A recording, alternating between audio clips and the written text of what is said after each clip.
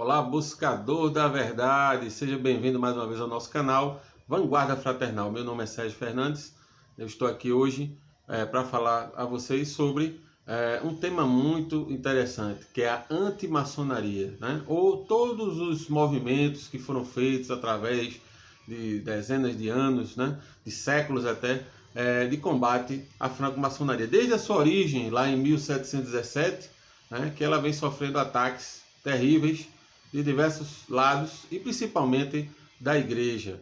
E vamos estudar hoje um pouco mais sobre esse assunto. Agora, depois da vinheta do canal.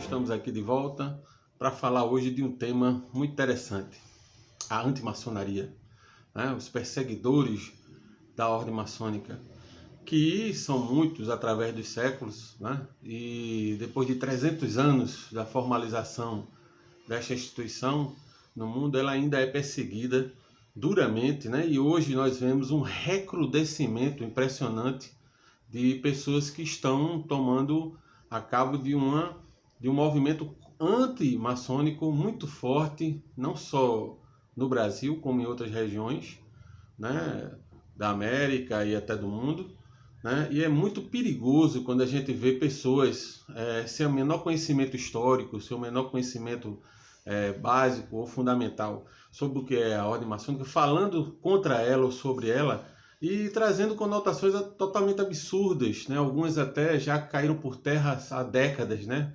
Ou séculos.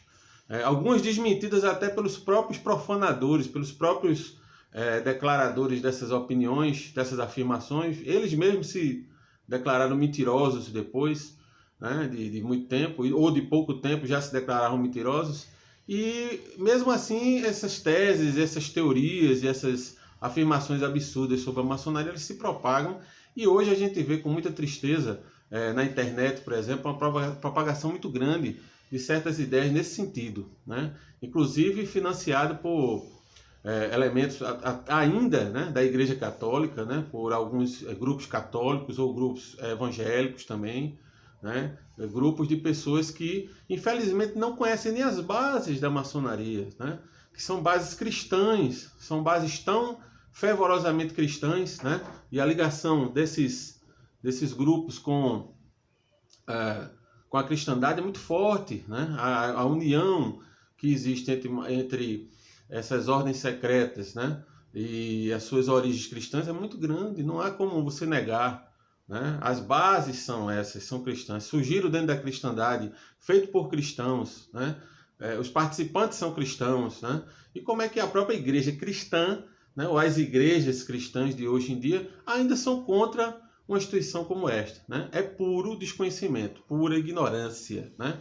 Então a antimaçonaria, ela vem de muito tempo, né? Ela começa ainda ali no século XVIII, né? Quando a maçonaria surge como uma instituição forte, né? Uma instituição organizada e formalizada, vamos dizer assim, né? A partir do século XVIII já começam as perseguições, até porque dentro do seio das lojas maçônicas, né, dos grupos maçônicos, é onde se discutia política, se discutia, né, questões sociais, se discutia economia, se discutia cultura, né? Era um espaço aberto. Alguns até chamavam essas chamadas lojas ou alojamentos de academias literárias, né, academias de estudo, e muitas surgiram a partir de academias de estudo que se desenvolveram então depois lojas maçônicas, né? Enfim, eram grupos realmente de pessoas letradas que faziam parte, né? E por isso, como essas pessoas letradas estavam num momento muito radical da história, que era o momento do século das luzes, né? Do iluminismo, das revoluções burguesas, né? Do estouro de diversas rebeliões contra o status quo estabelecido até então na sociedade, principalmente o papel da igreja, que era um papel muito forte, né? Muito decisivo e ainda influenciava demais a sociedade, né? A maçonaria vem exatamente como um sopro de liberdade, né? De esperança no meio de toda aquela pressão religiosa ou clerical, de trazer à tona as liberdades do homem, do cidadão, as liberdades individuais, as liberdades de expressão, a liberdade de acesso à informação, né? A liberdade de comunicação. E essas liberdades, né, não estavam de acordo com os interesses desses grupos, né? Notadamente, esses grupos queriam manter ainda o status quo, o estabelecimento que eles tinham antes. Então, daí toda a perseguição contra a ordem maçônica, né? Não só na Europa, mas fora da Europa também. Nós vamos ver, notadamente, por parte da igreja, um esforço muito grande, né, da Igreja Católica, naquele momento, até o século XIX, um esforço muito grande de combater a franco-maçonaria. O interessante é notar, por exemplo, que em locais como o Brasil, né, notadamente aqui em Pernambuco, que é um dos estados da nossa Federação Brasileira, muito interessantes com relação a isso, a maçonaria surgiu dentro das igrejas, né? Nós em breve faremos uma série exatamente falando da maçonaria pernambucana e vamos mostrar exatamente como esses camaradas faziam todos parte da própria Igreja Católica, ou seja, nasceram dentro da Igreja Católica. Muitos eram padres, freis, estudantes seminaristas, né? E que desenvolveram então os ideais da maçonaria aqui nessa região do norte do Brasil. Então a igreja sempre se preocupou muito com isso.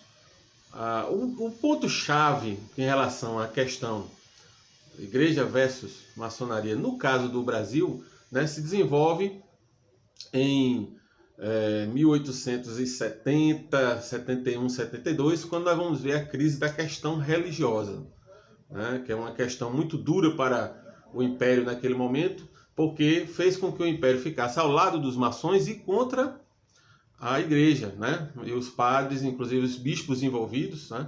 O bispo Dom Vital e o bispo Dom Macedo, foram presos pelo Estado, né? E mostrando que a maçonaria tinha até muito mais poder, então, político do que a própria igreja naquele momento, né? Dentro do Brasil. E muita influência política, muito mais do que a Igreja Católica. Isso gerou um atrito muito forte, né? E depois daí, então, uma série de campanhas de perseguição de lado a lado, né, surgiram. Tanto da igreja quanto a maçonaria, né, o que provocou quase uma ruptura na sociedade. E isso aqui em Pernambuco, né, aqui o estado que eu resido, que eu sou conterrâneo, né, o meu estado, aqui nós notamos muito forte isso na nossa história, né, o embate entre a igreja e a franco-maçonaria, a partir principalmente desse momento. Interessante é que antes não, antes havia uma aproximação maior, né? Havia até, muitos faziam parte de irmandades religiosas, muitos maçons eram de irmandades religiosas e vice-versa, e o que acontece é que a partir desse momento há uma ruptura, né? Então a igreja, com a questão religiosa, ela vai trazer à tona todo esse ódio, vamos dizer assim, todo esse rancor contra a maçonaria, e vai apregoá-la de anticristã, que é absolutamente impossível uma tese dessa, visto que a origem da maçonaria é cristã e que cristãos é que fomentaram a maçonaria, por exemplo, dentro do nosso estado aqui, dentro do norte do Brasil, notadamente na província de Pernambuco. Isso é histórico e é clássico, né? E como é que padres cristãos iriam estar envolvidos com coisas não ligadas à cristandade ou que condenassem a cristandade? É totalmente absurdo. Não há conotação nenhuma, né, que ligue esses dois fatos. Isso nos remete a autores antimaçons, né, que são vários, até hoje existem, e alguns receberam destaque internacional, né? Um destaque muito grande que a própria igreja financiou, inclusive, né? E notadamente autores fraudulentos, né? Um que é o ícone de todos eles é o Léo Taxil, né? Cujo nome completo é Marie-Joseph Gabriel Antônio Jogan Pagés, né? Nome grande, né, para Léo Taxil, que é um dos pseudônimos dele. Ele tinha uma dezena, né, ou mais de uma dezena de pseudônimos que ele usava em seus livros, tá? Que são vários livros. O interessante é notar que Léo Taxil, por exemplo, ele antes era católico, né, fervoroso, ou melhor, era anticatólico, né, fervoroso e depois virou católico fervoroso, né? Ou seja, jogou com a maré das necessidades dele próprio e vendeu livros, ora contra, né, a igreja e depois a favor da igreja e contra a maçonaria, né? Les Mystères des Francs-Maçons, né, o Mistério dos Franco-Maçons, que é o livro famoso dele contra a maçonaria, é um livro recheado de mentiras e de gravuras e de desenhos que ele imaginou, fez 1000 histórias, né? Colocou até depoimentos falsos, né, de figuras que nunca existiram, para dizer que conhecia tudo dentro da maçonaria. Inclusive ele foi iniciado, segundo ele mesmo conta, foi iniciado na maçonaria, né, mas não passou do primeiro grau. Enfim, até hoje a gente não sabe se realmente isso corrobora com a verdade. Mas o fato é que Léo Taxil é um exemplo de um autor anti-maçom, né, terrível, mentiroso, né, e que depois, por incrível que pareça, ainda foi a público e desmentiu tudo que tinha dito, né? Desmentiu claramente, jogou para a sociedade que estava sendo financiado pela igreja e que aquilo tudo era mentira, mas mesmo assim, todas as mentiras que ele disse, né, e a propagação que aquilo teve foi tão grande que até hoje esse livro é utilizado como referência para os antimaçons, né, para a antimaçonaria contemporânea. Então, o que a gente queria trazer para cá, para vocês, hoje nesse vídeo, é exatamente essa ideia de que a antimaçonaria ela não tem bases, né? Ela não tem suporte nenhum histórico, nem ideológico, nem dogmático, enfim. A antimaçonaria ela não consegue sustentar, principalmente nesse viés de dizer que ela é anticristã, porque as bases dela, as raízes dela são cristãs. Então não há como os antimaçons irem por esse ângulo. Outras afirmações terrivelmente falsas, até que não tem nenhuma ligação, como a história do Baphomet, né, que é aquela figura mítica idealizada por Eliphas Levi, né, foi o idealizador originário de Baphomet, não tem nenhuma qualquer ligação com a maçonaria. Também ligaram o Baphomet aos templários, outra coisa também sem o menor fundamento e sem a menor base histórica.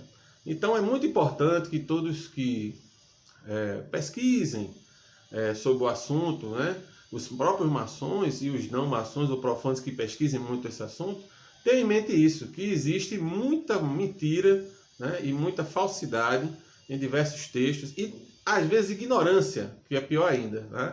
Não é só a falsidade, porque a falsidade é algo planejado, mas a ignorância mesmo, né? A falta de conhecimento sobre o tema, sobre os assuntos que estão ali tratados. Então, espero que o vídeo tenha sido muito interessante para todos vocês que estão nos assistindo.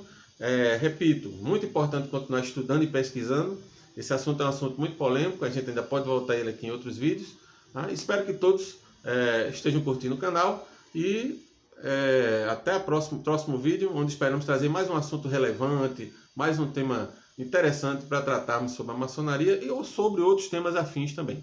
Tá? Dá uma curtidinha aí, dá um like, ativa o sininho de notificações e esperamos vocês no nosso próximo vídeo. Grande abraço!